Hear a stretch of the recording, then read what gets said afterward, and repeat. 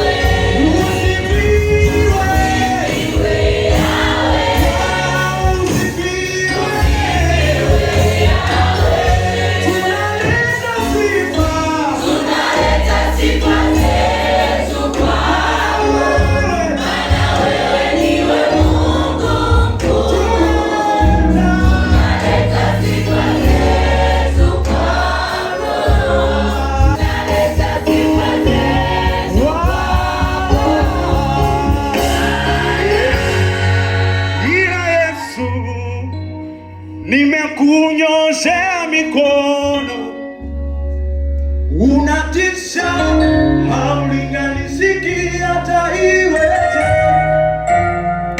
Ila Yesu, nimekunyoshea mikono, unatisha, haulinganisiki hata iweje. Ila Yesu, nimekunyoshea mikono, unatisha,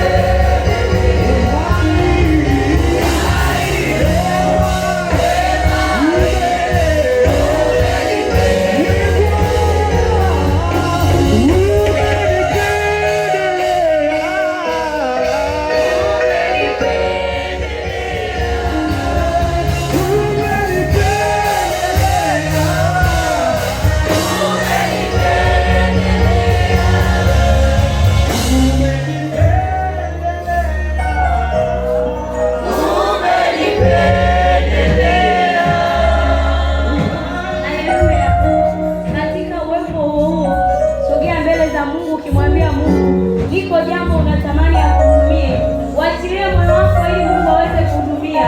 Wachilie moyo wako ili Mungu aweze kusema na wewe. Wachilie moyo wako ili Mungu kile alichokukusudia kisipite katika siku ya leo. Kile alichokusudia kisiwe bure kwenye madhabahu hii. Achilia moyo wako ukipaza sauti mbele za Mungu. Baba na Mungu shie milele yote, sifa kwa jina la ina mfalme mwema inatokea mbele zako Jehova, katika wakati na siku ambayo Bwana imemsalika machoni mwako. Hakika tumemwona upendeleo, hakika tumeziona fadhili zako, hakika tumeiona neema, hakika Bwana umetupa kusimama, umetupa kunyamaza, umetupa kukushukuru. Tunasogea kwako Bwana, Roho Mtakatifu ya mwalimu, Roho Mtakatifu ya kiongozi, Roho Mtakatifu unayetufundisha. Tunatamani kufundishwa na wewe. Karibu Bwana upate kutuongoza, karibu Bwana utuhudumie katika jina la Yesu. Shaita mapenzi ya kwako, inaita utukufu wa kwako, inaita fadhili za kwako, inaita neema ya kwako.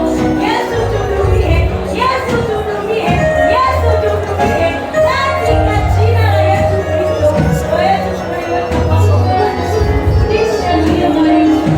Mungu wako katika zile hatua, katika kule kufanikiwa ambapo tunatamani tunaweza tukafanikiwaje. Bwana Yesu asifiwe. Bwana Yesu asifiwe. Tunako maswali lakini tunayotafakari. Bwana Yesu asifiwe. Kabla hatujaenda kujifunza na kabla hatujaweza kuingia katika hayo, Bwana Yesu asifiwe. Unaweza ukakaa ukajiuliza, je, kwenye maisha ya kwako umewahi kumshuhudia Kristo wewe mwenyewe kama binafsi, kama mtu ambaye unaona kabisa maisha ya kwako Mungu amekutendea, maisha ya kwako Mungu amefanya vitu ambavyo umeviona, vitu ambavyo unaweza ukawashuhudia watu nje na ile ya kurudi katika reference kwamba Mungu wa Ibrahimu alifanya hivi, Mungu wa Isaka alifanya hivi, Mungu wa Hana alifanya hivi. Bwana Yesu asifiwe. Amen.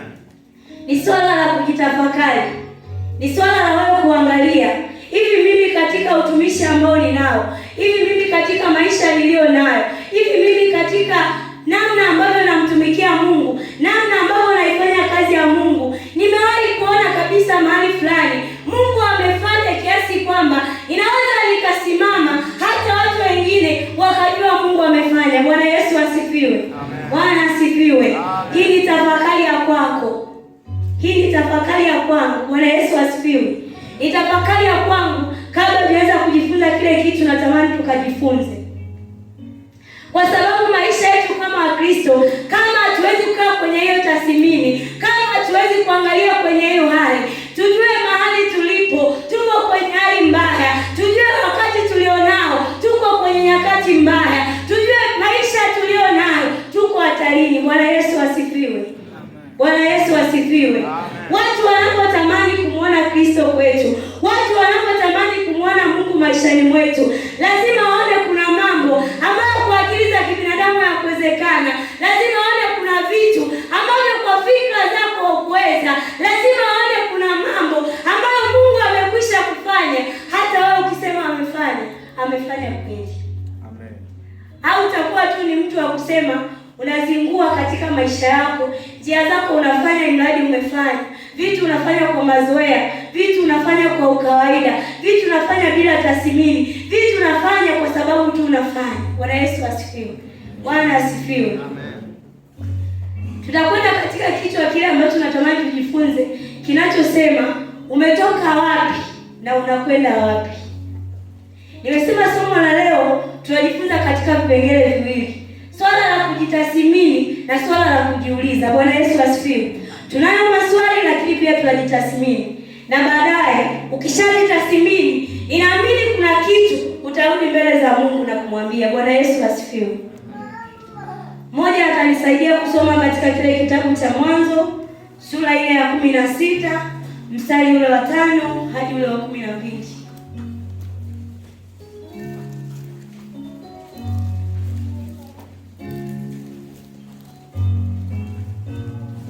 Mwanzo sura ile ya 16 mstari ule wa 5 haka ule wa 12. Karibu. Kitabu cha Mwanzo sura ya 16 mstari wa 5.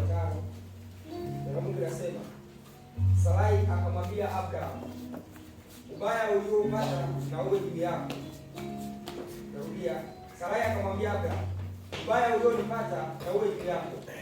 Nimekupa mjakazi wangu kifuani mwako, na alipoona kwamba amepata mimba, mimi nimekuwa duni machoni pake. Bwana na ahukumu kati ya mimi na wewe.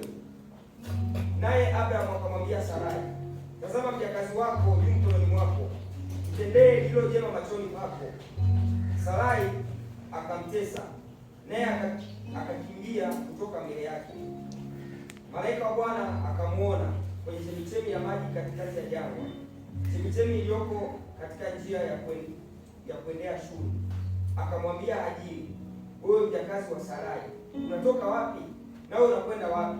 Akanena, nakimbia mimi kutoka mbele ya bibi yangu Sarai. Malaika wa Bwana akamwambia, rudi kwa bibi yako, ukanyenyekee chini ya mikono yake. Malaika wa Bwana akamwambia, hakika itauzidisha uzao wako, wala hautahesabika kwa jinsi utakavyokuwa mwingi. Malaika wa Bwana akamwambia, tazama, wewe una mimba, utazaa mwana wa kiume, nawe utamwita jina lake Ishmaeli, maana Bwana amesikia kilio cha mateso yako.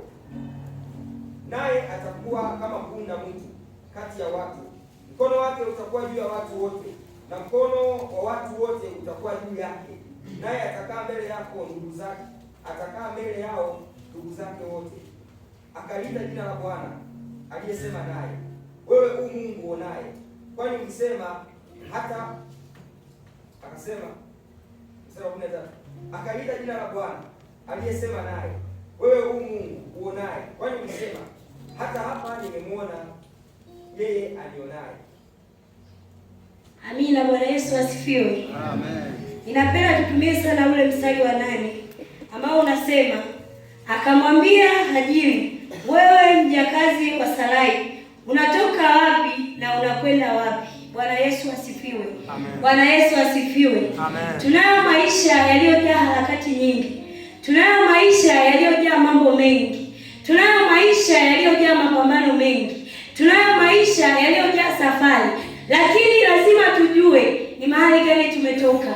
Lazima tujue ni mahali gani tunakwenda. Bwana Yesu asifiwe. Bwana Yesu asifiwe. Amen. Bila kujiuliza mwelekeo wa hatima zetu hatuwezi tukafika. Bila kujiuliza mahali tunatamani kufika hatuwezi kwenda. Bila kutafakari hakuna mahali ambapo tunaweza tukaenda. Bwana Yesu asifiwe. Tunaangalia katika hiki kitabu cha Mwanzo ni habari za yule Hajiri aliyekuwa mtumwa wa Sarai, ambaye katikati ya maisha ya kwake ulifika wakati ambao katika maisha ya kwake na Sarai alifika katika wakati wa mateso, alifika katika wakati ambao ni mgumu, alipita katika wakati ambao akapata masikitiko ndani ya moyo wake, hata akatamani kukimbia katika ule uso wa Sara. Bwana Yesu asifiwe. Bwana Yesu asifiwe sana. Amen. Lazima uweze kutambua na kuelewa kwamba maisha tulikotoka, maisha tunapokwenda yanayo malengo, yanayo kusudi. Bwana Yesu asifiwe. Ukiweza kutambua kwamba tunayo malengo, tunayo kusudi, lazima uwe ni mtu wa kuchakata ya kwamba katika hii hali nilionayo, mahali nilipotoka kiuchumi, mahali nilipotoka kisiasa, mahali tunapotoka nimetoka katika hali ya ubaya, nilipotoka nimetoka katika hali duni, nilipotoka nimetoka katika hali ya kutokuweza, nilipotoka nimetoka kwa namna gani? Bwana Yesu asifiwe. Bwana Yesu asifiwe. Amen. Lazima uweze kutathmini, lazima uweze kuangalia. Usione tu kwamba kuna mahali umefika, usione tu kwamba kuna mahali unaelekea. Kule ambako umetoka kutakusaidia, kutakupa nguvu, kutakupa ujasiri, kutakupa hekima, kutakupa mwanga, kutakupa akili ya wewe kuweza kuendelea katika mahali unakwenda. Bwana Yesu asifiwe. Bwana asifiwe sana. Kwa nini tunapotea njiani? Tunapotea kwa sababu kuna mahali tulikotoka tunakupuzia. Tunapotea kwa sababu kuna mahali tuliwekwa tunakupuzia. Kumbuka tu mfano huu Hajiri. Hajiri angekumbuka maisha ya mwanzo ambayo alielewa vizuri, ambaye aliweza kuishi vizuri na Sarai, asingeweza kukimbia, asingeweza kuondoka. Asingeweza kwa sababu ya kukimbia uso wa Sarai.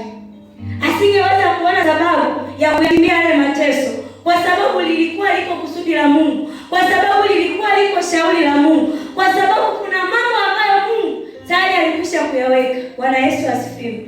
Bwana Yesu asifiwe. Amen. Tunatoka mahali ambapo tulikuwa nayo malengo mazuri. Tunatoka mahali ambapo tulikuwa na maono mazuri. Tunatoka mahali ambapo tulikuwa watu wazuri. Tunatoka mahali ambapo tulikuwa watu wa kutokuweza. Lakini tunaenda mahali pengine katika ule ujasiri wa kwamba tunaweza tukafanya kitu. Tunaweza tukabadilisha kitu. Tunaweza tukatengeneza kitu. Tunaweza tukasimama na kuwa watu bora zaidi. Bwana Yesu asifiwe. Bwana asifiwe sana. Amen. Bwana Yesu asifiwe. Amen. Kwenye maisha yetu kuna wakati mwingine tunapita mazingira ambayo, kwa mifumo ambayo na maisha ambayo unaona kabisa katika safari ya kwako unaona mbele, lakini unasahau mahali ulipo, unaweza ukaondokaje. Bwana Yesu asifiwe. Amen. Tunasoma pia katika ile Mwanzo 3:9, tuangalie ule mfano wa Adamu. Bwana Yesu asifiwe.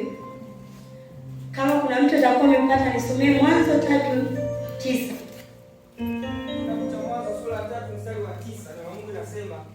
Bwana Mungu akamwita Adamu akamwambia, upo wapi? Amina. Bwana Yesu asifiwe. Bwana asifiwe.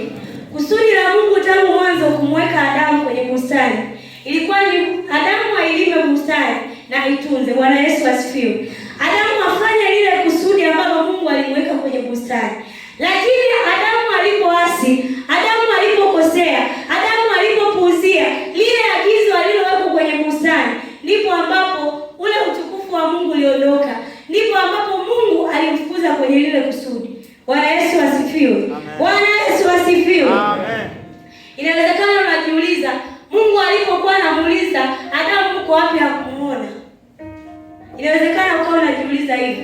Mungu alimuona, lakini alikwisha kuona kwamba kuna kitu kimepotea, kuna kitu ambacho Adamu amesahau, kuna kitu ambacho Adamu amekiacha, kuna kitu ambacho Adamu hajakifanya kama kusudi la Mungu. Ndio maana Mungu akawa anatazama katika ule mwelekeo wa Adamu, kwamba Adamu anakokwenda ni mahali ambapo ameshamwasi Mungu, ni mahali ambapo amekwisha kupotea. Bwana Yesu asifiwe. Bwana Yesu asifiwe sana. Mungu anakuwa anatuuliza, anakuwa anaangalia, ni kweli unasema nimetoka mahali fulani, ni kweli unasema nimetoka level fulani, ni kweli unasema nimetoka hali fulani na unatarajia kwenda mahali fulani. Leo uko wapi ili uweze kufika pale unataka kufika? Bwana Yesu asifiwe. Swali la kujiuliza, uko wapi ili uweze kufika pale unataka kufika? Uko mahali gani? Yaani uko kwenye hali gani? Bwana Yesu asifiwe. Umewekeza nini? Umejipanga na nini? Umetengeneza nini ili uweze kufika kule unakwenda? Bwana Yesu asifiwe sana. Bwana Yesu asifiwe. Bwana Yesu asifiwe. Amen. Haleluya. Kwa lazima uweze kujitathmini. Lazima uwe mtu wa kuangalia. Kama kuna mahali unatamani kwenda, kama kuna mahali unataka kufika, lazima haya maswali mawili ujiulize. Ni mahali gani wewe umetoka? Ni mahali gani wewe upo? Na ni mahali gani wewe unakwenda? Itakusaidia kufika unakokwenda. Itakusaidia kufanikiwa unakokwenda. Itakusaidia kuinuka unakokwenda. Bwana Yesu asifiwe. Bwana asifiwe sana. Bwana Yesu asifiwe. Amen. Kuna wakati inawezekana ni changamoto. Kuna wakati inawezekana ni kuchoka. Kuna wakati inawezekana ni kukata tamaa. Kuna wakati inawezekana ni mifumo, kwa sababu mifumo inashindana kwa kushindana. Bwana Yesu asifiwe. Bwana Yesu asifiwe. Kuna wakati unaweza ukasema ngoja nipambane, labda niende na teknolojia fulani, labda niende na mafanikio fulani, lakini katika hiyo mifumo unaweza ukapambana na usifanikiwe. Bwana Yesu asifiwe. Unaweza ukatumia jitihada nyingi na usifanikiwe. Unaweza ukatumia nguvu nyingi na usifanikiwe. Bwana asifiwe sana. Lazima ujiulize, lazima ukae utafakari, lazima ukae utathmini, lazima yaani ujiwekeze, utoe ufahamu wako, utoe akili yako, utoe mawazo yako, uruhusu moyo wako uweze kujenga kikao, wewe na ufahamu wako, wewe na Mungu wako. Bwana Yesu asifiwe. Bwana Yesu asifiwe. Bwana Yesu asifiwe. Kama ni Mungu mwenyewe anayeweza akakutoa kwenye mateso na akakufanya kuwa shujaa. Kama ni Mungu mwenyewe anaweza akakutoa kwenye hiyo dhambi na akakufanya wewe kuwa mtu mkuu. Kwa nini usikae vizuri na wewe Mungu? Bwana Yesu asifiwe. Bwana Yesu asifiwe. Hauwezi tu kuwa ni mtu wa kusikia kwamba watu wanatoka katika hatua ya chini kwenda hatua ya juu, wewe usiingie kwenye mchakato. Bwana Yesu asifiwe. Bwana Yesu asifiwe. Lazima ukubali kuingia kwenye mchakato. Lazima ukubali kuingia kutathmini. Lazima uingie kujiuliza. Lazima utoe muda wako. Lazima ujitoe kikamilifu. Lazima ukubali kulipa gharama. Bwana Yesu asifiwe. Bwana Yesu asifiwe. Haleluya. Haleluya. Hatuwezi tukafika wote kwa kufanikiwa kama hatutatathmini maisha ya kwetu. Hatuwezi tukafika wote tukafanikiwa kama hatuwezi kutathmini huu ulimwengu unaendaje, na mfumo ya Mungu inaendaje, na utawala wa kifalme ya giza, yaani utawala wa ulimwengu unaendaje. Lazima utathmini. Kama kuna zama tulikuwa ni watu wa kuishi maisha ambayo teknolojia hazikuwepo, wazazi wetu waliishi maadili mema, kuna watu walilipa gharama, hata wewe leo umeokolewa. Bwana Yesu asifiwe. Bwana Yesu asifiwe. Lazima utathmini kule unaenda. Lazima utathmini kule umetoka. Lazima utathmini wapi ulipo. Hauwezi ukasema leo ninafanikiwa.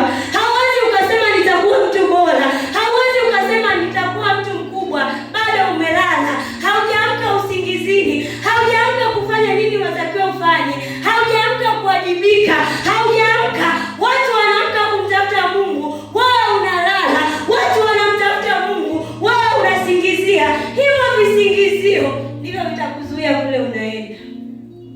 Bwana Yesu asifiwe. Bwana asifiwe sana.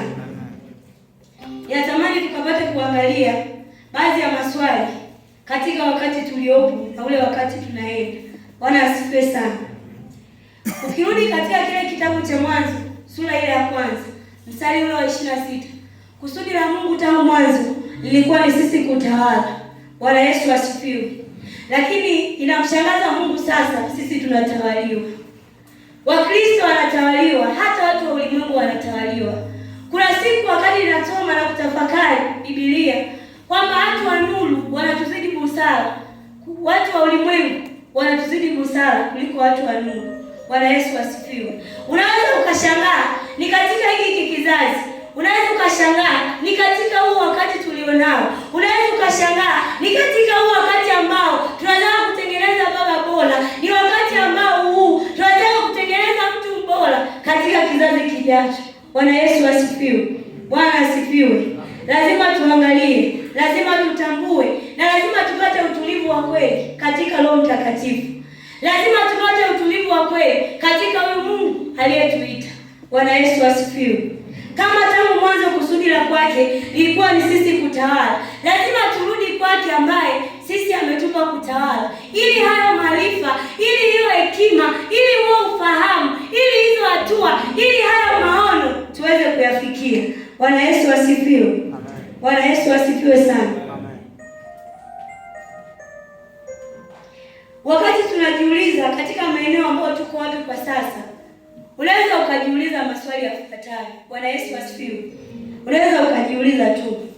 Swali la kwanza, unaweza ukajiuliza, je, unasimama na nini? Bwana Yesu asifiwe. Unasimama na nini? Unapotafakari, unapofikiria, unapotamani unakoenda, umesimama na nini? Umesimama na nini? Bwana Yesu asifiwe. Unaweza ukakaa ukajiuliza, umesimama na nini? Na unaweza ukajiuliza pia, ninatawaliwa na nini? Unaweza ukajiuliza kama uko mahali hapa na kuna mahali unatakiwa kuwa, kuna mahali unakwenda, kuna viwango unatakiwa kuwa, kuna mahali unatakiwa kusimama, lazima ujiulize, unatawaliwa na nini kwa sasa? Bwana Yesu asifiwe. Bwana Yesu asifiwe sana. Amen. Unaweza ukajiuliza swali la tatu, je, maisha yangu yanaendana na kusudi la Mungu au mitazamo yangu ya muda mfupi ya ulimwengu? Kuna vitu unaweza ukavitazama na katika mtazamo wako kumbe vikawa ni vya muda mfupi wa ulimwengu na si katika ufalme wa Mungu na si katika kule unakokwenda. Bwana Yesu asifiwe. Kwa hiyo unaweza ukajiuliza kwenye maisha yako yanaendana na lile kusudi alilokupa Mungu? Maisha yako yanaendana na ile mitazamo aliyokupa Mungu au ndio ile mitazamo ya ulimwengu wa sasa? Bwana Yesu asifiwe. Swali lingine unaweza ukajiuliza, je, unaishi katika mwanga au giza? Bwana asifiwe sana. Kama Mungu ametupa kuwa wana wa nuru, kama Mungu amesema nuru yetu na iangaze, unaishi gizani, unaishi nuruni? Unaweza ukajiuliza. Bwana Yesu asifiwe. Bwana asifiwe. Swala la mwisho kabisa unaweza ukajiuliza, je, moyo wako uko karibu na Mungu au umejitenga naye? Unaweza ukajiuliza. Kama Mungu anautaka moyo wako, je, moyo wako uko karibu na Mungu au umejitenga naye? Au ndio kuna mahali umeweza kuwekeza nguvu, au ndio kuna mahali umekwisha kuweka moyo wako, au ndio kuna mahali umekwisha kujitoa zaidi katika kuliko Mungu? Bwana Yesu asifiwe. Hayo ni maswali ambayo unaweza ukajiuliza.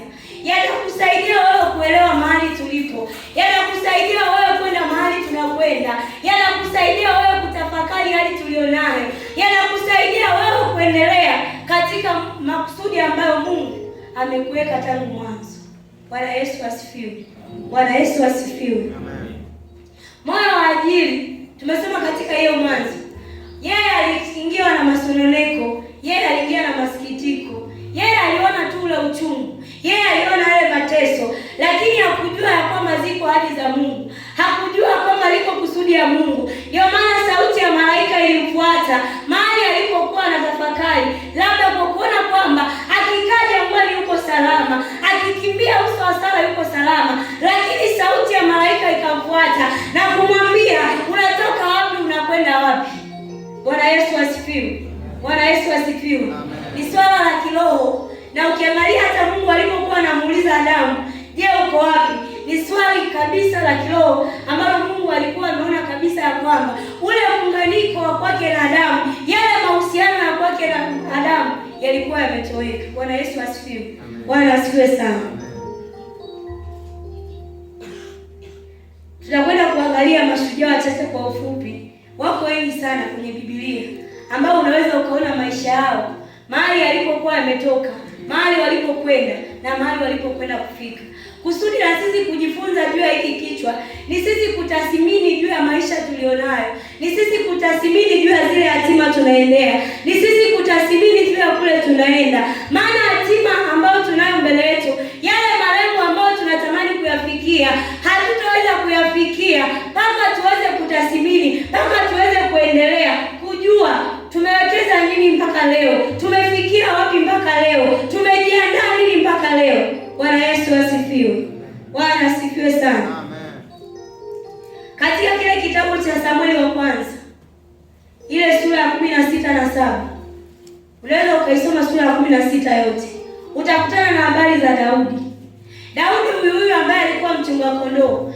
Daudi huyu ambaye utasoma katika Zaburi na kukutana habari zake ya kwamba kuna wakati zilikuwa za kumuudhi Bwana, ya kwamba kuna wakati alikuwa ni wa kumkosea Mungu, lakini unakuja kukuta baadaye maisha yake yanabadilishwa na anakuwa ni mtu wa Mungu. Bwana Yesu asifiwe. Bwana Yesu asifiwe. Anakuwa ni mtu wa moyo wa Mungu ambaye kwa sifa nyingi amemtukuza Mungu, ambaye kwa mambo mengi amefanya kazi na Mungu, lakini historia ya kwake, mahali alipotoka alikuwa ni duni. Bwana Yesu asifiwe.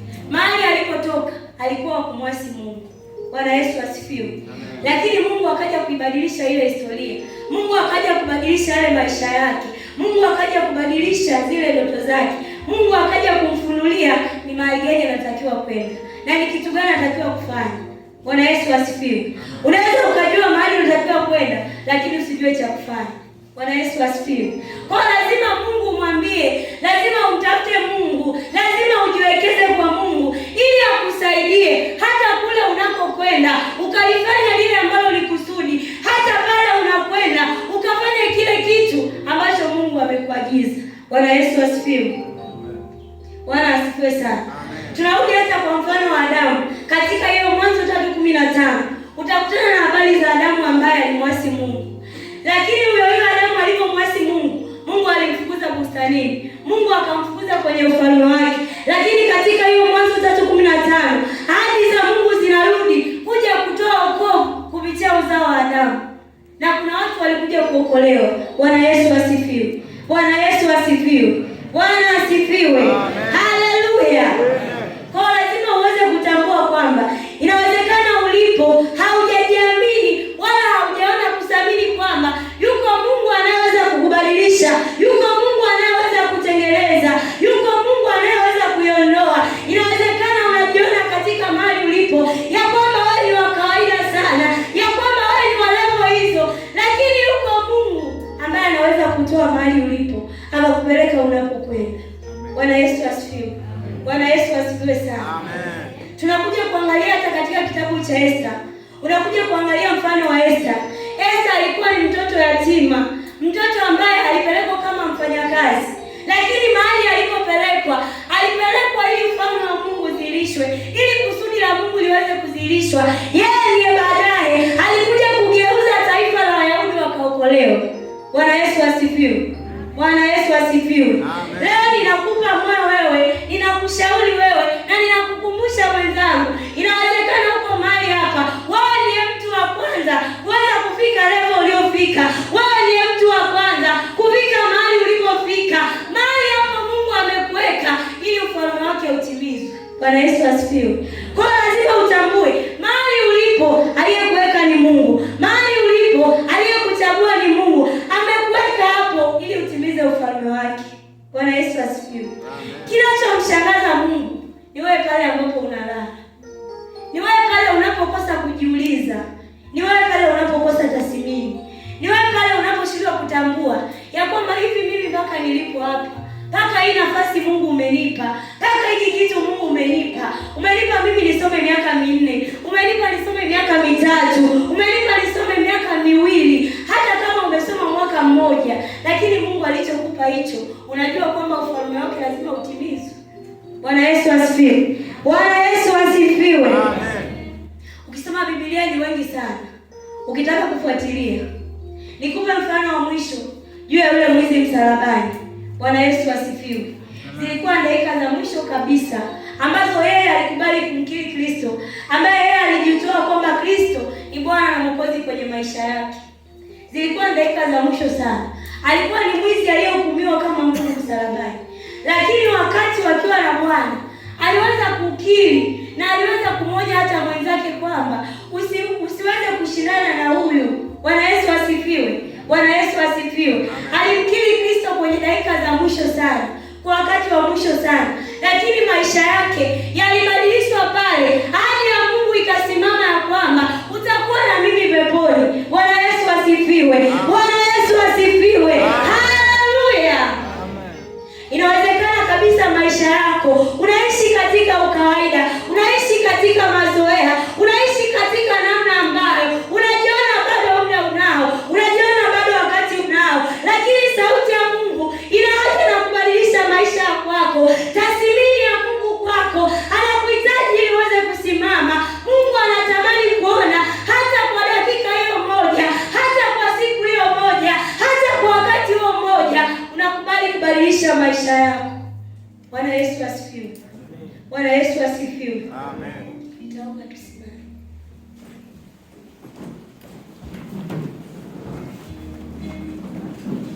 Nakwambia katika Biblia unaweza ukasoma ukakuta mashujaa ni wengi sana. Unaweza ukasoma wakafika hata 100. Leo nimekupa mfano wa watu 4 tu ambao unaweza ukatathmini ya kwamba Mungu kuna kitu anaweza kufanya. Mahali ulipotoka anaweza kufanya, mahali ulipo anaweza kufanya, mahali unakwenda anaweza kufanya. Bwana Yesu asifiwe! Inawezekana umejaribu umeshindwa, inawezekana umeshaurika umeshindwa, inawezekana ndio umekuwa mtu wa kukata tamaa, inawezekana umekuwa mtu wa kuzoelea ya kwamba hicho kitu ni cha kwako, hicho kitu ambacho kinatesa maisha ya kwako, hiyo dhambi ambayo inakuchelewesha, huo uovu ambao unakutafuna, sio sauti ya Mungu, sio kusudi la Mungu. Bwana Yesu asifiwe! Bwana Yesu asifiwe sana. Ni Mungu ambaye anataka kufikisha unapokwenda. Ni Mungu anayejua historia ulipotoka. Inawezekana hata leo tukisema utushuhudie hiyo historia, tunaweza tukabaki tunatoa machozi, lakini Mungu alikutoa huko akiwa na kusudi. Kuna mahali anakupeleka, kuna level anakuhitaji, kuna mahali anakutaka. Bwana Yesu asifiwe. Bwana asifiwe sana. Amen. Unaweza tu mwenyewe ukajitathmini. Unaweza mwenyewe ukajiuliza haya maswali. Hivi leo niko wapi? Ni kweli tunakuona huko ibadani, lakini maono na mawazo, fikra na ufahamu wako uko wapi? Malengo ya kwako umewekeza wapi? Bwana Yesu asifiwe. Kwa nenda mbele za Mungu katika wakati huu juu ya haya maswali mawili. Hebu sogea mbele za Mungu, jitafakari. Hebu sogea mbele za Mungu, mwambie ni mahali gani wewe ulipo, ni mahali gani wewe unakwenda. Kumbuka unakokwenda, ukimkabidhi Mungu utafika salama, ukimkabidhi Mungu utafanikiwa, ukimkabidhi Mungu yako majibu uliyoomba miaka mingi utaweza kuyapata tena. Iko sauti itakao kuinua, iko neema itakusaidia. Bwana Yesu asifiwe. Nitaomba praise muweze kutuongoza. Lakini jiulize sana, jitathmini, jitafakari mtu wa Mungu, kwa kile kitu ambacho Mungu amekupa, kwa ile nafasi Mungu ambayo amekupa, kwa hiyo neema ambayo Mungu amekupa, kwa hicho kichache ambacho Mungu amekupa, kwa hiyo karama Mungu amekupa, kwa hiyo huduma Mungu amekupa, kwa hiyo sauti Mungu amekupa, kwa hiyo pumzi ambayo Mungu amekupa. Jitafakari mpendo wako.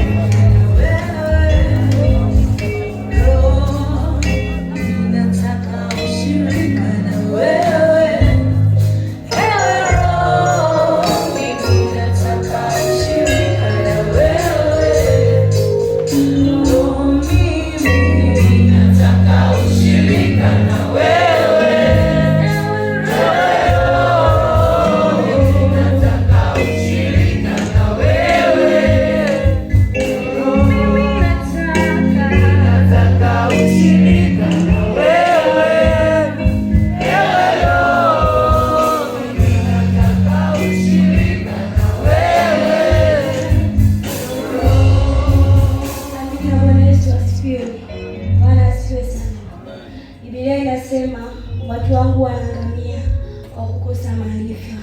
Mwambie Mungu akupe maarifa katika eneo lolote unalotamani kufika, mahali tulipo, katika teknolojia tulizonazo, katika maisha tulionayo, katika wokovu ulionao, yatakusaidia wewe kwenda mahali unataka kwenda. Mungu abariki sana.